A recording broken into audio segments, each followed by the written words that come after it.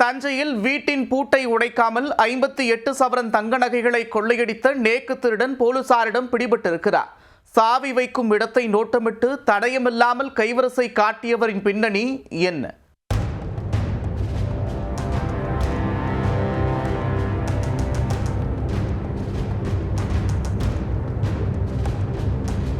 பூட்டை உடைக்கவில்லை, தடயமும் சிக்கவில்லை.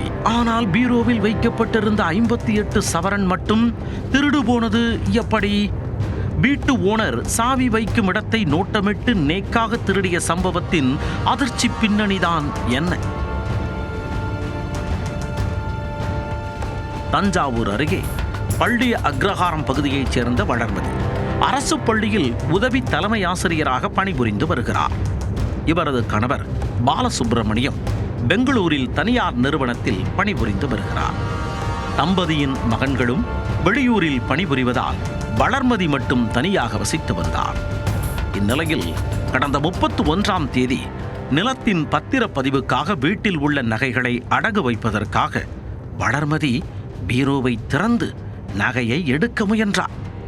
அப்போது நகைப்பெட்டியில் நகைகள் இல்லாததைக் கண்டு அதிர்ச்சி அடைந்தவர் தனது கணவரிடம் அதை தெரிவித்துள்ளார். ஆனால் வீட்டின் பூட்டு மற்றும் பீரோ கதவுகள் உடைக்கப்படாமலும் துணிகள் எதுவும் கலையாமலும் நகைகள் திருடு போயிருந்ததைக் கண்டு கடும் சந்தேகமடைந்தனர். இது தொடர்பான புகாரில் போலீசாருக்கு அந்த ஒரு சந்தேகம்தான் ஆழமாக தெரிந்தது.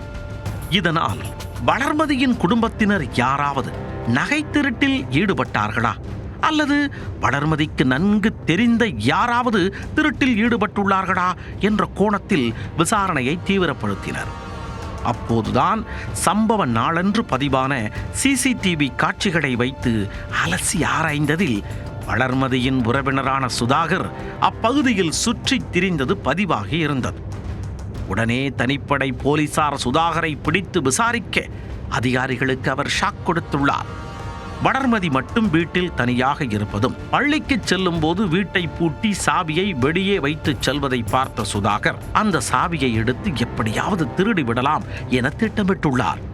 அதற்காக 1 வார காலமாக வளர்மதியின் வீட்டை அவர் நோட்டமும் இட்டு வந்தார். பின்னர் மார்ச் 10ஆம் தேதி பகலில் வளர்மதி வைத்து சென்ற சாவியை எடுத்து 58 சவரன் நகைகளை திருடி மீண்டும் சாவியை அதே இடத்தில் வைத்துவிட்டு தப்பிச் சென்றார். மேலும் இந்த திருட்டு குறித்து வளர்மதிக்கு தெரிகிறதா என கடந்த 20 நாட்களாக அவரை கண்காணித்து வந்துள்ளார்.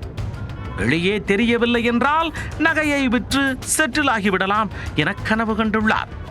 இதனையடுத்து சுதாகரை கைது செய்த போலீசார் அவர் வீட்டில் பதுக்கி வைத்திருந்த 58 சவரன் நகைகளை அதிகாரிகள் பறிமுதல் செய்தனர். வீட்டின் பூட்டை உடைக்காமல் 58 சவரன் நகைகள் கொள்ளையடிக்கப்பட்ட சம்பவம் தஞ்சாவூரில் பரபரப்பை ஏற்படுத்தியது.